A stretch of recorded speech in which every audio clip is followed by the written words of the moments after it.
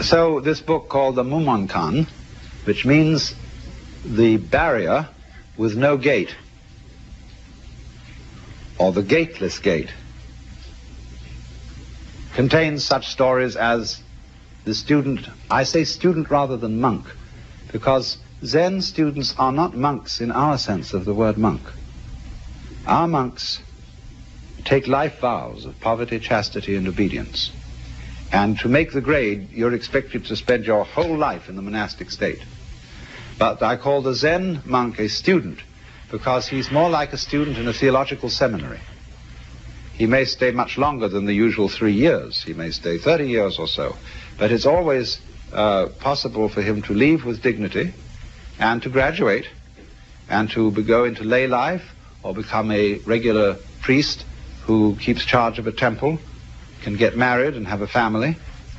And only very few graduates of a Zen monastery become Roshi. That Roshi means simply old teacher. That is the man in charge of the spiritual development of the students. So one of these students in the book says to the master Joshu, I have been here in this monastery for some time and I've had no instruction from you. The master said, have you had breakfast? Yes. Then go wash your bowl. And the monk was awakened.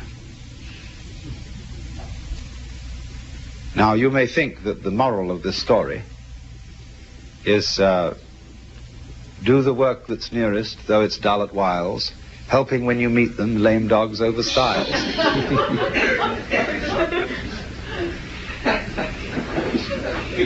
Or that the bowl might be a symbol of the great void, the all-containing universe. And probably the monk had washed it already, because they immediately after eating in Japan and China, in a monastery, they would take tea and pour it into the bowl and swill it around, wash it and wipe it out.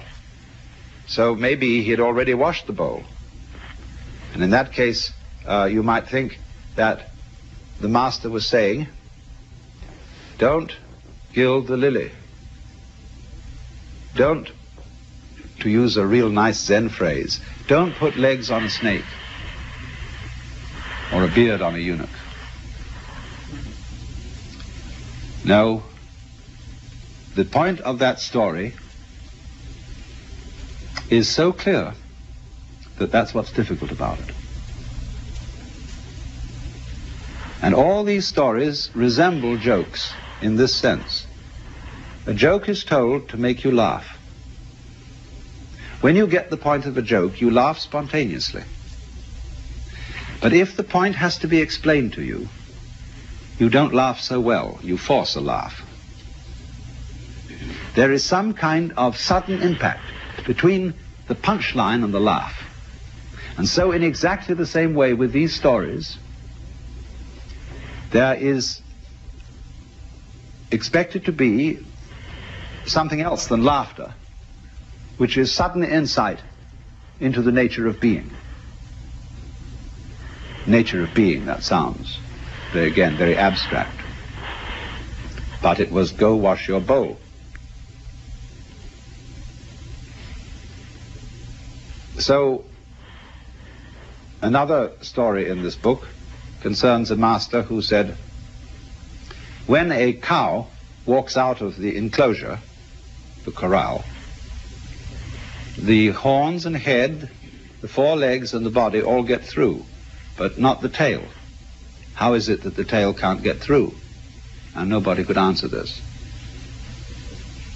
Another story, it tells of a certain master called Baizhang, who was so good that he had hundreds of students, and they couldn't all be housed in one monastery. So he had to find one of the students who could also be a master. And so he arranged a test.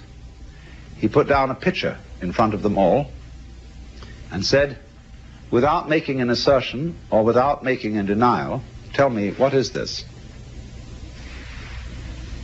And the senior monk said it couldn't be called a piece of wood. And the teacher didn't accept this answer.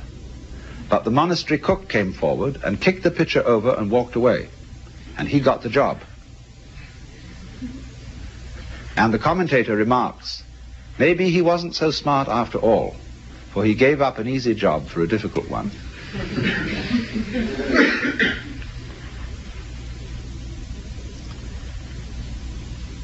When an inquirer about Zen came to a master,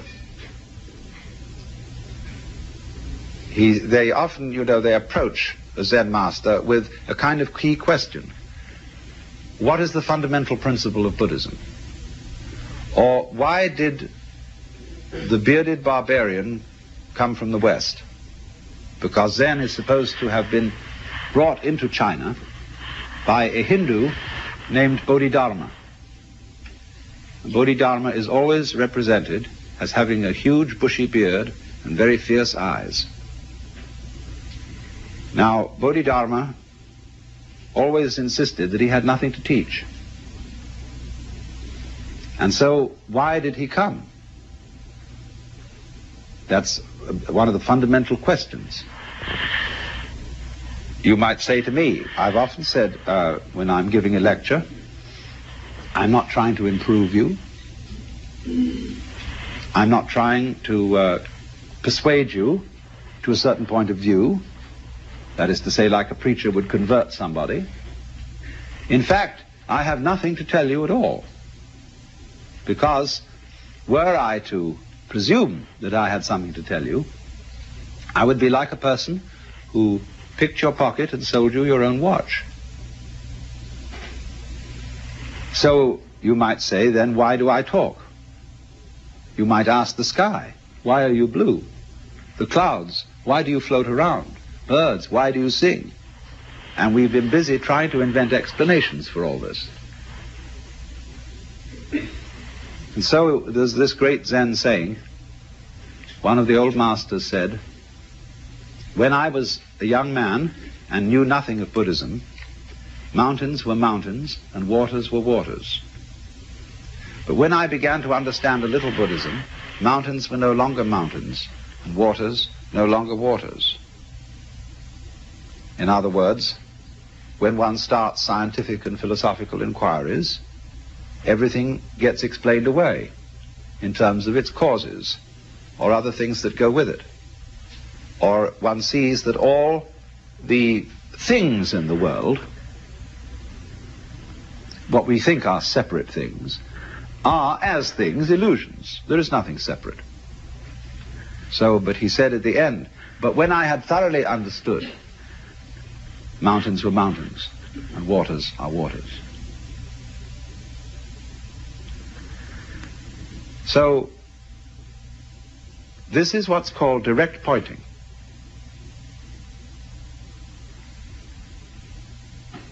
If you ask me, what is this?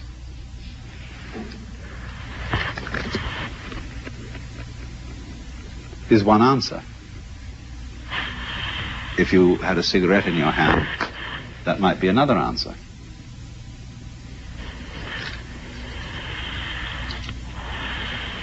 A Zen master was once talking with me, and he said, when water goes out of the wash basin down the drain, does it go clockwise or anti-clockwise?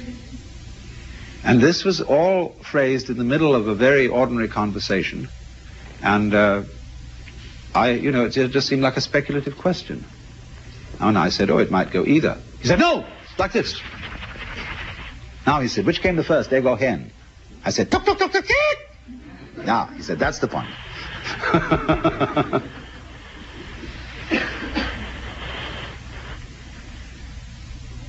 Now, it is saying too much, I warn you, to say that Zen is trying to point to the physical universe so that you can look at it without forming ideas about it.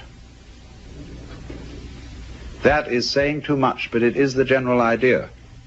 It's in the direction of being the right idea. Zen people speak of the virtue of what they call mushin, which means no mind, or munen, no thought. That red lantern says munen on it, no thought. And this is not an anti-intellectual attitude. The ordinary simple person is just as bamboozled by thinking as a university professor. You can think intellectually in a no-think way. That's the art. It doesn't mean not to have any thoughts at all. It means not to be fooled by thoughts, not to be hypnotized by the forms of speech and images that we have for the world, not to be hypnotized by them into thinking that that is the way the world really is. So if I say this is a fan, it isn't. To begin with, fan is a noise, and this doesn't make the noise fan, but just whoosh. But it can be many other things than a fan. It could be a back scratcher. Very well. All sorts of things. Don't let words limit the possibilities of life.